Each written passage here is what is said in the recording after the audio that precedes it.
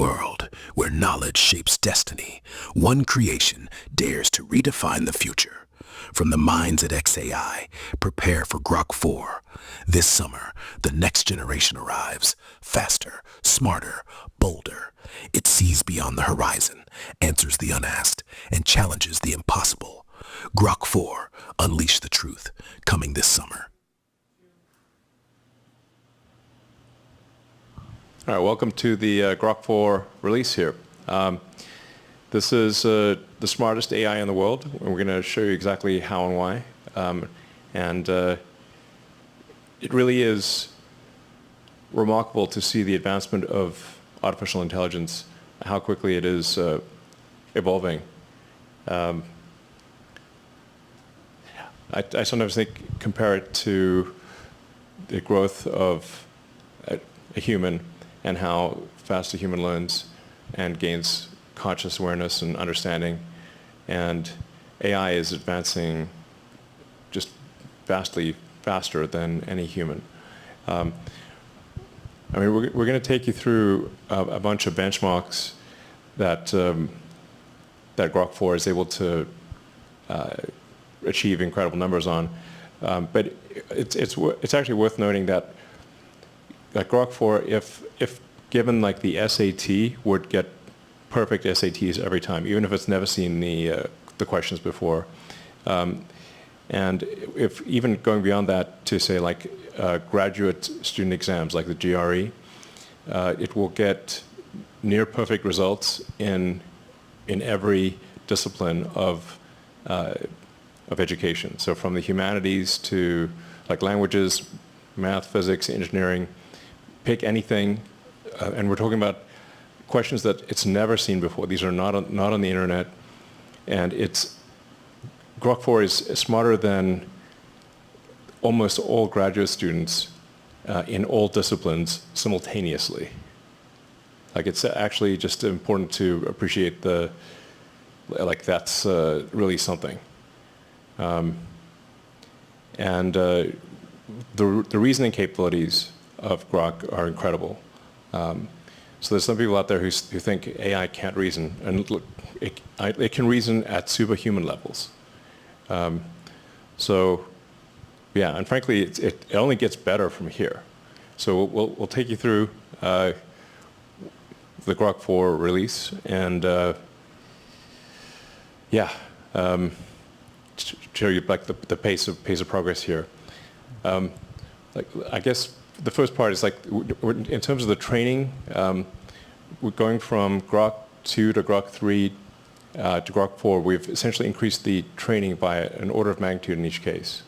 So it's 100 times more training than Grok 2, and that's only going to increase.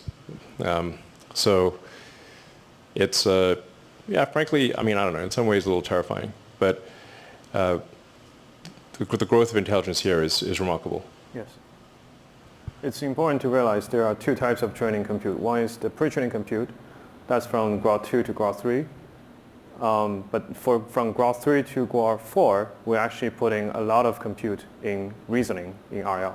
Yes. Yeah, and just like you said, this is literally the fastest moving field. And Grok 2 is like the high school student by today's standard. If you look back in the last 12 months, Grok 2 was only a concept. We didn't even have Grok 2 12 months ago. And then by training Grok 2, that was the first time we scale up like the pre-training. We realized that if you actually do the data ablation really carefully, and the infra, and also the algorithm, we can actually push the pre-training quite a lot by amount of 10x to make the model the best pre-trained base model. And that's why we built Colossus, the world's supercomputer with 100,000 H100. And then with the best pre-trained model, and we realized if you can collect these verifiable outcome reward, you can actually train this model to start thinking from the first principle, start to reason, correct its own mistakes. And that's where the Grok 3 reasoning comes from. And today we ask the question, what happens if you take the expansion of the Colossus with all 200,000 GPUs, put all these into RL, 10x more compute than any of the models out there on reinforcement learning, unprecedented scale, what's going to happen? So this is the story of Grok 4, and Tony share some insight with the audience. Yeah. So yeah, let's just talk about how smart Grok 4 is. So I guess we can start discussing this benchmark called Humanities Last Exam. And this benchmark is a very, very challenging benchmark. Every single problem is curated by subject matter experts. It's in total 2,500 problems, and it consists of many different subjects: mathematics, natural sciences, engineering, and also all the humanities subjects. So essentially when it was first released, actually like earlier this year, most of the models out there can only get single-digit accuracy on this benchmark. Yeah, so we can look at some of those examples. So there is this mathematical problem, which is about natural transformations in category theory. And there's this organic chemistry problem that talks about electrocyclic reactions. And also there's this linguistic problem that tries to ask you about distinguishing between closed and open syllabus from a Hebrew source text. So you can see also it's a very wide range of problems. And every single problem is PhD or even advanced research level problems. Yeah, I mean, there are no humans that can actually answer these, can get a good score. I mean, if you actually say like any given human, what's the best that any human could score? I mean, I'd say maybe 5% optimistically. Yeah. So this is much harder than what any human can do. It's incredibly difficult. And you can see from the types of questions, like you might be incredible in linguistics or mathematics or chemistry or physics or any one of a number of subjects, but you're not going to be at a postgrad level in everything. And Grok 4 is a postgrad level in everything. Like it's just, some of these things are just worth repeating. Like Grok 4 is postgraduate, like PhD level in everything. Better than PhD, but like most PhDs would fail. So it's better that said, I mean, at least with respect to academic questions, I want to just emphasize this point. With respect to academic questions, Grok 4 is better than PhD level in every subject, no exceptions. Now this doesn't mean that at times it may lack common sense, and it has not yet invented new technologies or discovered new physics, but that is just a matter of time. Mm-hmm. I think it may discover new technologies as soon as later this year, and I would be shocked if it has not done so next year.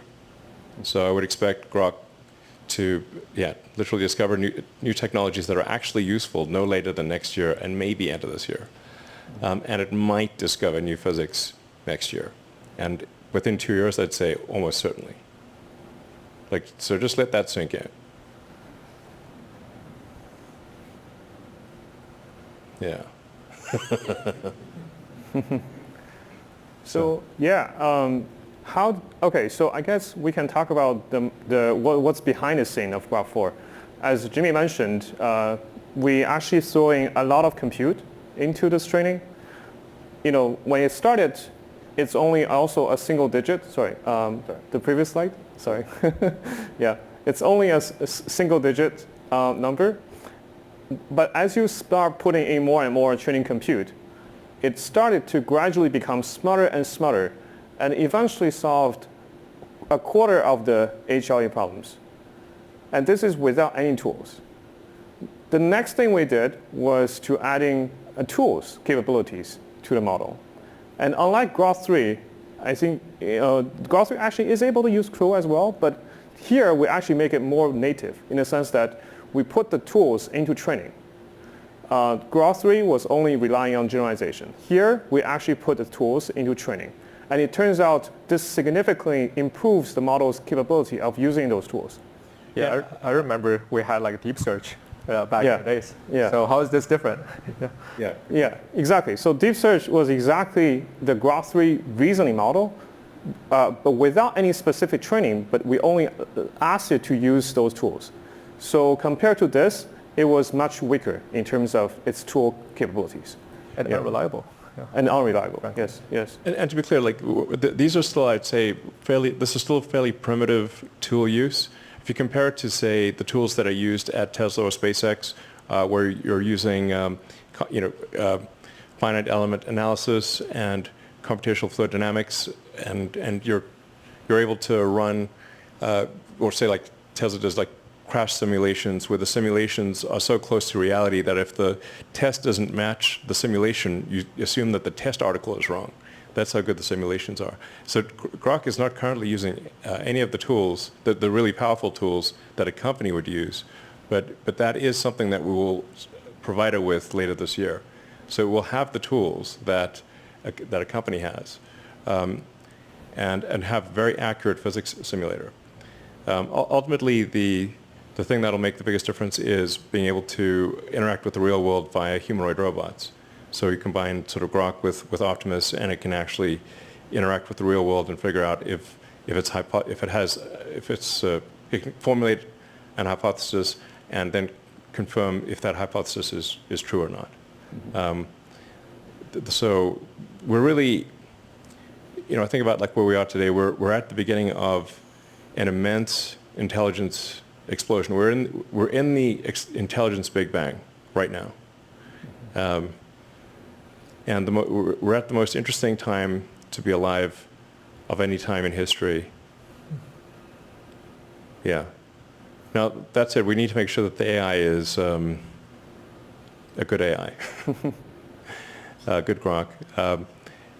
And the thing that I think is most important for AI safety, at least my biological neural net tells me, the most important thing for AI is to be maximally truth-seeking. So this is a very fundamental. Like you can think of AI as this super genius child that ultimately will outsmart you, but you can still instill the right values, and encourage it to be sort of, truthful, I don't know, honorable, good things, like the values you want to instill in a child that would ultimately grow up to be incredibly powerful. Yeah. So yeah, this is really, I'd say, we say tools. These are, I'd say, still primitive tools, not the kind of tools that serious commercial companies use. But we will provide it with those tools, and I think it will be able to solve, with those tools, real-world technology problems. In fact, I'm certain of it. It's just a question of how long it takes. Yes, exactly. So is it just compute all you need, Tony? Sorry? Is it just compute all you need at this point? Well, you need compute plus the right tools, and then ultimately to be able to interact with the physical world. Yes. And then, we'll effectively have an economy that is, ultimately an economy that is thousands of times bigger than our current economy, or maybe millions of times. If you think of civilization as percentage completion of the Kardashev scale, where Kardashev 1 is using all the energy output of a planet, and Kardashev 2 is using all the energy output of a sun, and 3 is all the energy output of a galaxy. We're only, in my opinion, probably like closer to 1% of Kardashev 1 than we are to 10%. So like maybe a point, or 1 or 2% of Kardashev 1. So we will get to most of the way, like 80-90% Kardashev 1, and then hopefully, if civilization doesn't self-annihilate, and then Kardashev 2, like it's the actual notion of a human economy, assuming civilization continues to progress, will seem very quaint in retrospect. It will seem like sort of cavemen throwing sticks into a fire level of economy, compared to what the future will hold. It's very exciting. I've been at times kind of worried about, like, well,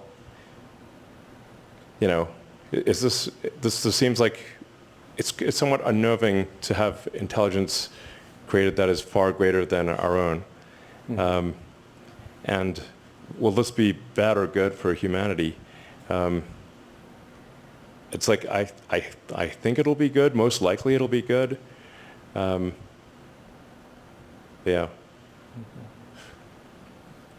Yeah. But I somewhat reconciled myself to the fact that even if it wasn't going to be good, I'd at least like to be alive to see it happen. So, yeah. So actually one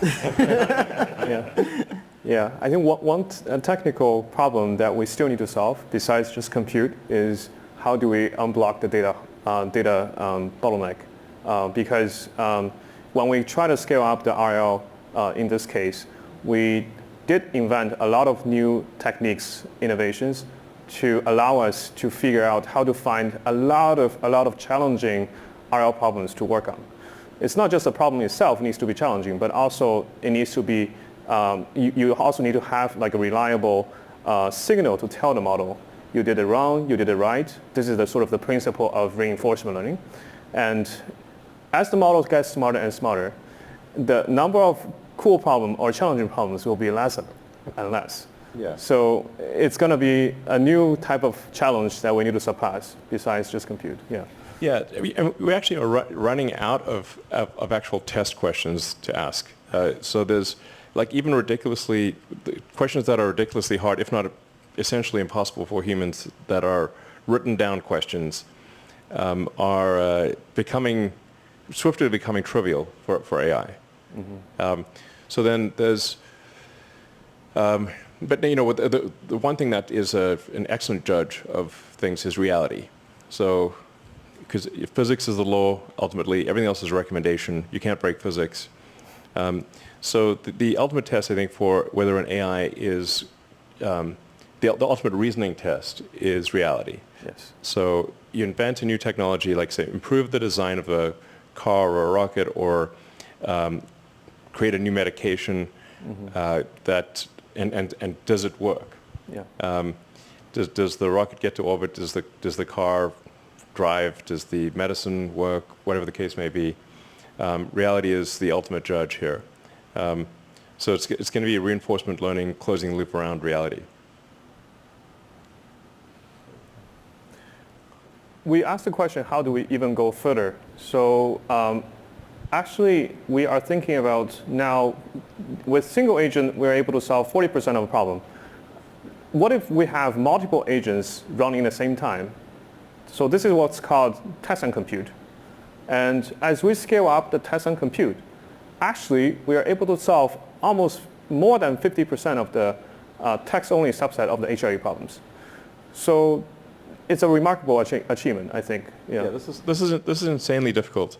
So what we're saying is like a majority of the text-based of humanities, scarily named humanities last exam, Grok 4 can solve, and you can try it out for yourself. And with the Grok 4 Heavy, what it does is it spawns multiple agents in parallel, and all of those agents do work independently, and then they compare their work, and they decide which one. Like it's like a study group, and it's not as simple as a majority vote, because often only one of the agents actually figures out the trick, or figures out the solution. But once they share the trick or figure out what the real nature of the problem is, they share that solution with the other agents, and then they essentially compare notes, and then yield an answer. Yeah. So that's the heavy part of Grok 4 is where you scale up the test time compute by roughly an order of magnitude, have multiple agents tackle the task, and then they compare their work, and they put forward what they think is the best result. Yeah. So we will introduce Grok 4 and Grok 4 Heavy. Sorry, can you click the next slide? Sure. Yeah. Yes. So basically, Grok 4 is a single agent version, and Grok 4 Heavy is the multi-agent version. So let's take a look how they actually do on those exam problems and also some real life problems. Yeah. So we're going to start out here, and we're actually going to look at one of those HLE problems. This is actually one of the easier math ones. I don't really understand it very well. I'm not that smart, but I can launch this job here, and we can actually see how it's going to go through and start to think about this problem. While we're doing that, I also want to show a little bit more about like what this model can do and launch a Grok 4 Heavy as well. So everyone knows Polymarket. It's extremely interesting. It's the seeker of truth. It aligns with what reality is most of the time. And with Grok, what we're actually looking at is being able to see how we can try to take these markets and see if we can predict the future as well. So as we're letting this run, we'll see how Grok 4 Heavy goes about predicting the World Series odds for like the current teams in the MLB. And while we're waiting for these to process, we're going to pass it over to Eric, and he's going to show you an example of his. Yeah. So I guess one of the coolest things about Grok 4 is its ability to understand the world and to solve hard problems by leveraging tools like Tony discussed. And I think one kind of cool example of this, we asked it to generate a visualization of two black holes colliding. And of course, it took there are some liberties. It's in my case actually pretty clear in its thinking trace about what these liberties are. For example, in order for it to actually be visible, you need to really exaggerate the scale of the waves. And yeah, so here's like, this kind of in action. It exaggerates the scale in like multiple ways. It drops off a bit less in terms of amplitude over distance, and but yeah, we can kind of see the basic effects that are actually like correct. It starts with the in spiral, it merges, and then you have the ring down, and like this is basically largely correct. Yeah. Modulo some of the simplifications that need to do. It's actually quite explicit about this. It uses like post-Newtonian approximations instead of actually like computing the general relativistic effects at like near the center of the black hole, which is incorrect, and will lead to somewhat incorrect results. But the overall visualization is is basically there. And you can actually look at the kinds of resources that it references. So here it actually, it obviously uses search. It gathers results from a bunch of links, but also reads through a undergraduate text in analytic gravitational wave models. It reasons quite a bit about the actual constants that it should use for a realistic simulation. It references, I guess, existing real-world data, and yeah, it's a pretty good model. Yeah. Yeah. But like actually going forward, we can give it the same model that physicists use, so it can run the same level of compute that so leading physics researchers are using, and give you a physics accurate black hole simulation. Exactly. Just right now it's running in your browser, so. Yeah, this is just running in your browser. Yeah, so exactly. Pretty simple. So swapping back real quick here, we can actually take a look. The math problem is finished. The model was able to, let's look at its thinking trace here, so you can see how it went through the problem. I'll be honest with you guys, I really don't quite fully understand the math, but what I do know is that I looked at the answer ahead of time, and it did come to the correct answer here in the final part here. We can also come in and actually take a look here at our World Series prediction, and it's still thinking through on this one.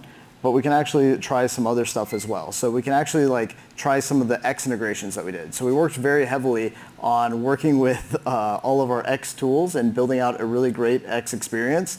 So we can actually ask, the model, find me the xAI employee that has the weirdest profile photo. So that's going to go off and start that, and then we can actually try out, let's create a timeline based on X post detailing the changes in the scores over time, and we can see all the conversation that was taking place at that time as well. So we can see who are the announcing scores and like what was the reactions at those times as well. So we'll let that go through here and process. And if we go back to this was the Greg Yang photo here. So if we scroll through here, whoops. So Greg Yang, of course, who has his favorite photograph that he has on his account. That's actually not how he looks like in real life, by the way, just so you're aware, but it is quite funny. But it had to understand that question. Yeah. Which is that's the wild part. It's like it understands what is a weird photo. What is a weird photo? Yeah. What is a less or more weird photo? It goes through, it has to find all the team members, it has to figure out who we all are. It, right. Searches this X. is without access to the internal xAI personnel logs. No. It's literally looking at just at the internet. Exactly. So you could say like the weirdest of any company. Yeah. To be clear. Exactly. And we can also take a look here at the question here for the humanities last exam. So it is still researching all of the historical scores. But it will have that final answer here soon. But we can, while it's finishing up, we can take a look at one of the ones that we set up here a second ago. And we can see it finds the date that like Dan Hendricks had initially announced it. We can go through, we can see, OpenAI announcing their score back in February. And we can see, as progress happens with like Gemini, we can see like Kimi, and we can also even see, the leaked benchmarks of what people are saying is, if it's right, it's going to be pretty impressive. So pretty cool. So yeah, I'm looking forward to seeing how everybody uses these tools and gets the most value out of them. Yeah, it's been great.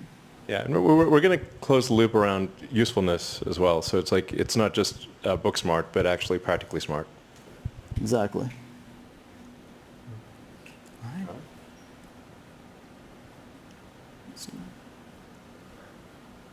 And we can go back to the slides here. Yeah. So. Cool. So we actually evaluate also on the multimodal subset. So on the full set, this is the number on the HLE exam. You can see there's a little dip on the numbers. This is actually something we're improving on, which is the multimodal understanding capabilities. But I do believe in a very short time, we're able to really improve and got much higher numbers on this, even higher numbers on this benchmark. Yeah. Yeah, this is we still like what is the biggest weakness of Grok currently is that it's sort of partially blind. It can't, its image understanding, obviously, and its image generation needs to be a lot better.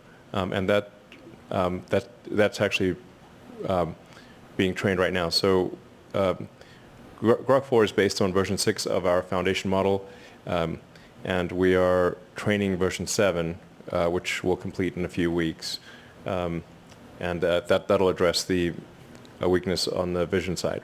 Mm-hmm. And just to show off this last here, so the prediction market finished here with a heavy, and we can see here, we can see all the tools and the process it used to actually go through and find the right answer. So it browsed a lot of odds sites. It calculated its own odds comparing to the market to find its own alpha and edge.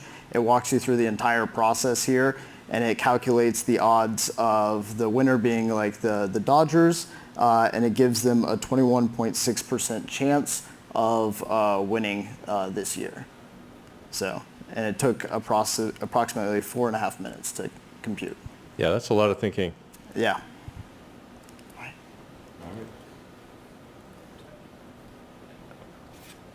We can also look at all the other benchmarks besides HLE. As it turned out, Grok 4 excelled on all the reasoning benchmarks that people usually test on, including GBQA, which is a PhD level problem sets. That's easier compared to HLE.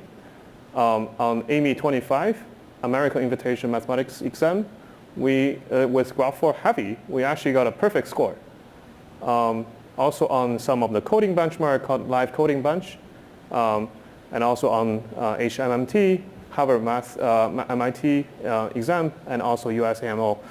You can see actually on all of those benchmarks, we often have a very large leap against the second best model out there. Yeah, I mean, really, we're going to get to the point where it's going to get every answer right in every exam, and where it doesn't get an answer right, it's going to tell you what's wrong with the question, or if the question is ambiguous, disambiguate the question into answers A, B, and C, and tell you what answers A, B, and C would be with a disambiguated question. So the only real test then will be reality. Can it make useful technologies, discover new science? That'll actually be the only thing left, because human tests will simply not be meaningful. Yeah, we need to make an update to xAI very soon, given the current rate of progress. So yeah, it's super cool to see like multiple agents that collaborate with each other, solving really challenging problems. So we're going to try this model. So it turned out it's available right now. If we advance to the next slide, where there is a super Grok heavy tiers that we're introducing, where you're able to access to both Grok 4 and Grok 4 heavy, where you're actually going to be the taskmaster of a bunch of little Grok research agents to help you, become smarter through all the little research and save hours of times of, going through mundane tasks. And it's available right now. Yeah. So we did limit usage during the demo, so it didn't break the demo, because all this stuff is happening live. So there's nothing canned about any of the tests that we're doing. So after the demo is done, we'll enable more subscribers for Super Grok. So if you can't subscribe right now, just try in half an hour. It should work. Okay. And now let's get into voice. Great. Abby?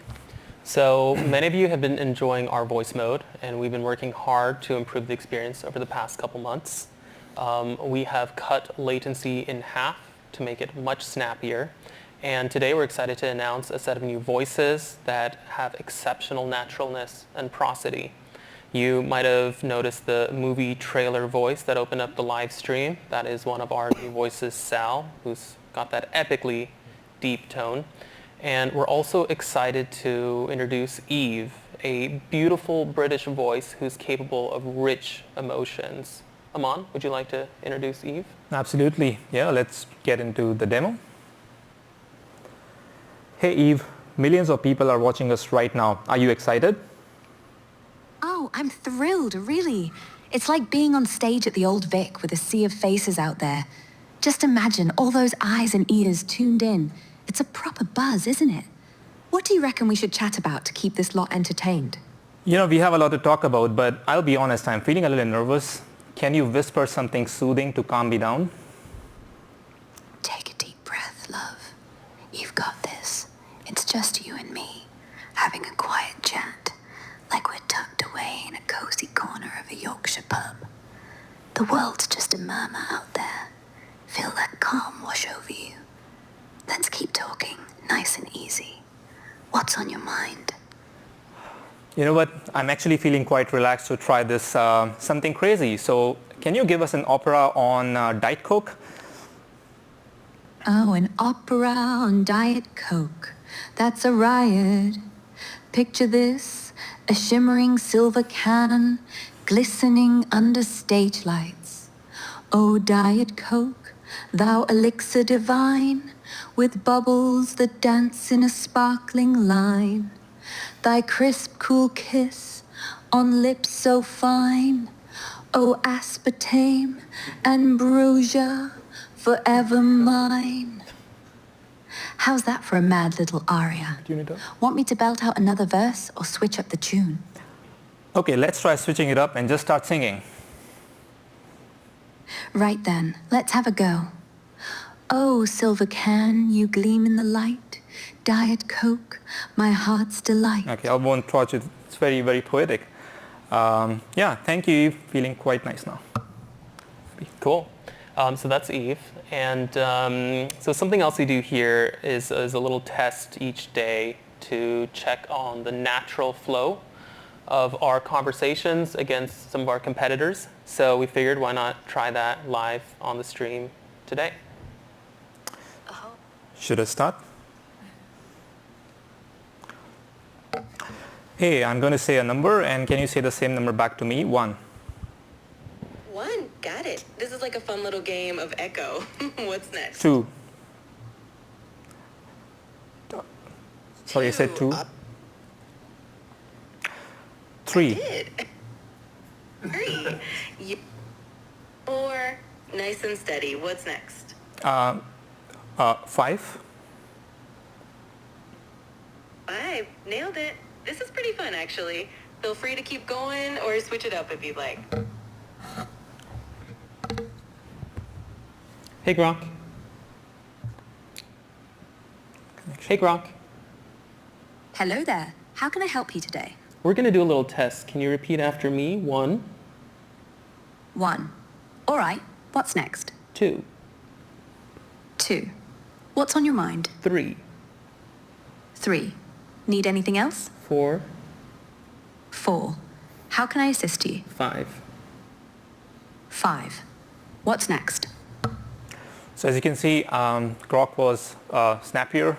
It didn't interrupt me. And the prosody is we've made different design choices.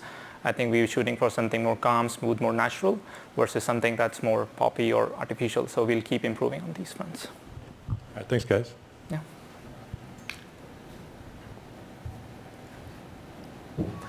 Yep. So since the launch of the voice model, we actually see the 2x faster end-to-end latency in the last 8 weeks, 5 different voices, and also 10x the active user. So Grok Voice is taking off. Now, if you think about releasing the models, this time we're also releasing Grok 4 through the API at the same time. So if we go to the next 2 slides, so we're very excited about what all developers out there is going to build. So if I think about myself as a developer, what the first thing I'm going to do when I actually have access to the Grok 4 API? Benchmarks. So we actually ask around on the X platform, what is the most challenging benchmarks out there that is considered the holy grail for all the AGI models? So turn out AGI is in the name, ArcAGI. So the last 12 hours, kudos to Greg over here in the audience. So who answered our call, take a preview of the Grok 4 API and independently verified the Grok 4's performance. So initially we thought, hey, Grok 4 is just we think it's pretty good, it's pretty smart, it's our next-gen reasoning model, spend 10x more compute, can use all the tools, right? But turned out, when we actually verify on the private subset of the ArcAGI v2, it was like the only model in the last 3 months that breaks the 10% barrier. And in fact, it was so good that actually get to 16%, well, 15.8% accuracy, 2x of the second place, that is the Cloud 4 Opus model. And it's not just about performance, right? When you think about intelligence, having an API model drives your automation. It's also the intelligence per dollar, right? If you look at the plots over here, the Grok is just 4 is just in the league of its own. All right, so enough of benchmarks over here, right? So what can Grok do actually in the real world? So we actually contacted the folks from Endon Labs who were gracious enough to try the Grok in the real world to run a business. Yeah, thanks for having us. So I'm Axel from Endon Labs. And I'm Lucas, and we tested Grok 4 on Vending Bench. Vending Bench is an AI simulation of a business scenario where we thought what is the most simple business an AI could possibly run, and we thought vending machines. So in this scenario, the Grok and other models need to do stuff like manage inventory, contact suppliers, set prices. All of these things are super easy, and all the models can do them one by one. But when you do them over very long horizons, most models struggle. But we have a leaderboard, and there's a new number 1. Yeah, so we got early access to the Grok 4 API. We ran it on the Vending Bench, and we saw some really impressive results. So it ranks definitely at the number 1 spot. It's even double the net worth, which is the measure that we have on this eval. So it's not about the percentage on or a score you get, but it's more the dollar value in net worth that you generate.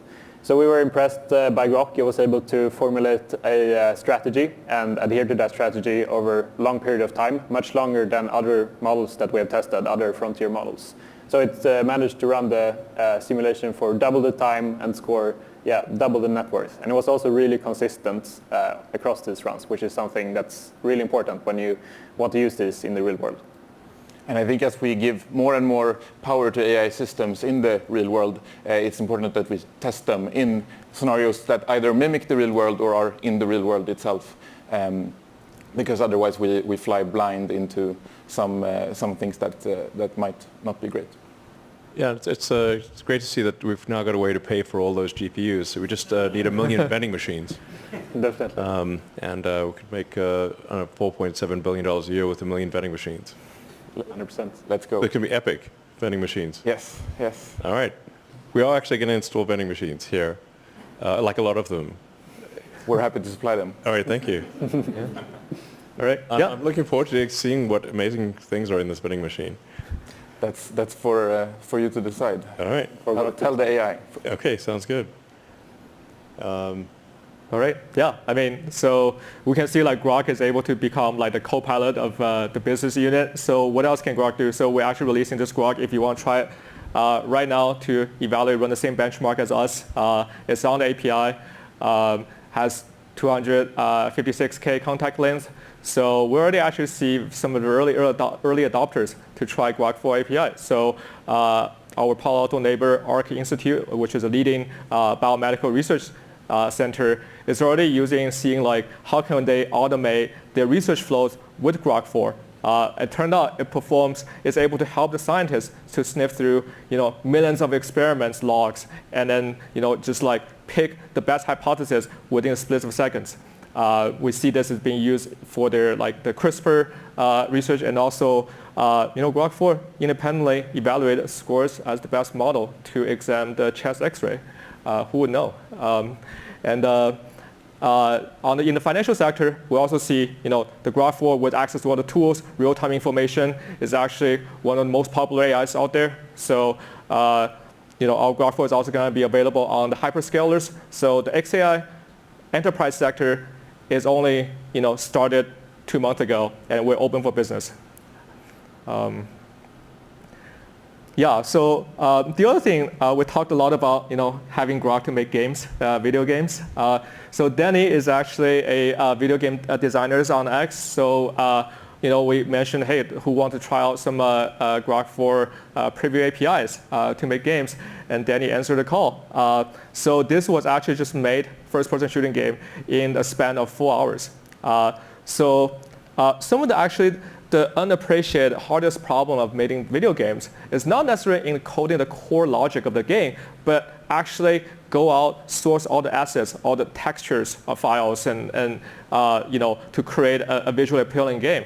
So one of the core aspects Grok 4 does really well with all the tools out there is actually able to automate these asset sourcing capabilities. So the developers can just focus on the core development itself rather than so now you can run a entire game studios with game of one with one person, and then you can have Grok 4 to go out and source all those assets, do all the mundane tasks for you. Yeah. Now the next step obviously is for Grok to be able to play the game. So it has to have very good video understanding, so it can play the games and interact with the games and actually assess whether a game is fun and actually have good judgment for whether a game is fun or not. So with version 7 of our foundation model, which finishes training this month, and then we'll go through post-training RL and whatnot, that will have excellent video understanding.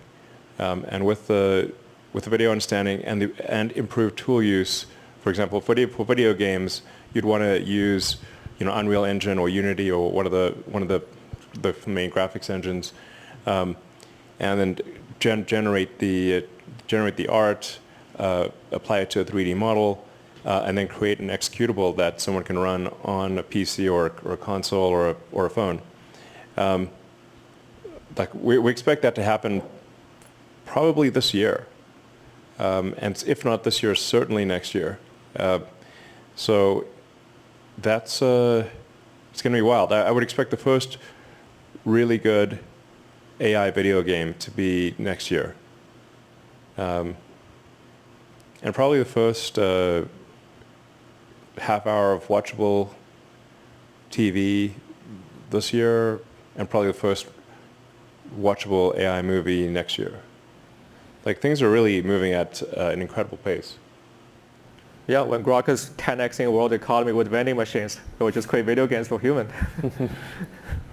Yeah, I mean, it went from not being able to do any of this really even 6 months ago to what you're seeing before you here, and from very primitive a year ago to making a sort of a 3D video game with a few hours of prompting. Yep. I mean, yeah, just to recap, so in today's live stream, we introduced the most powerful, most intelligent AI models out there that can actually reason from the first principle using all the tools, do all the research, go on the journey for 10 minutes, come back with the most correct answer for you. So it's kind of crazy to think about, just like 4 months ago, we had Grok 3, and now we already have Grok 4. And we're going to continue to accelerate as a company, xAI. We're going to be the fastest moving AGI companies out there. So what's coming next is that we're going to continue developing the model that's not just intelligent, smart, think for a really long time, spend a lot of compute, but having a model that actually both fast and smart is going to be the core focus, right? So if you think about what are the applications out there that can really benefit from all those very intelligent, fast, and smart models, then coding is actually one of them. Yeah, so the team is currently working very heavily on coding models. I think right now the main focus is we actually trained recently a specialized coding model, which is going to be both fast and smart. And I believe we can share with that model with you guys, with all of you in a few weeks. Yeah, that's very exciting. And the second after coding is we all see the weakness of Grok 4 is the multimodal capability. So in fact, it was so bad that Grok effectively just like looking at the world, squinting through the glass, and like see all the blurry features and trying to make sense of it.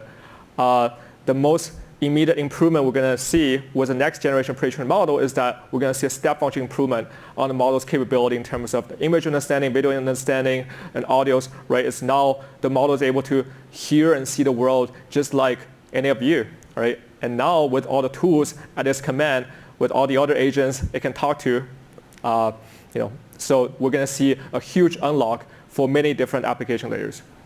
After the multimodal agents, what's going to come after is the video generation, and we believe that at the end of the day, it should just be pixel in, pixel out, and imagine a world where you have this infinite scroll of content in inventory on the X platform, where not only you can actually watch these generated videos, but able to intervene, create your own adventures. The future is going to be wild. And we expect to be training a video model with over 100,000 GB200s and to begin that training within the next 3 or 4 weeks. So we're confident it's going to be pretty spectacular in video generation and video understanding. So let's see. So that's anything you guys want to say? Other than that, I guess that's it. Yeah, it's a good model, sir. Good model. It's a good, yeah.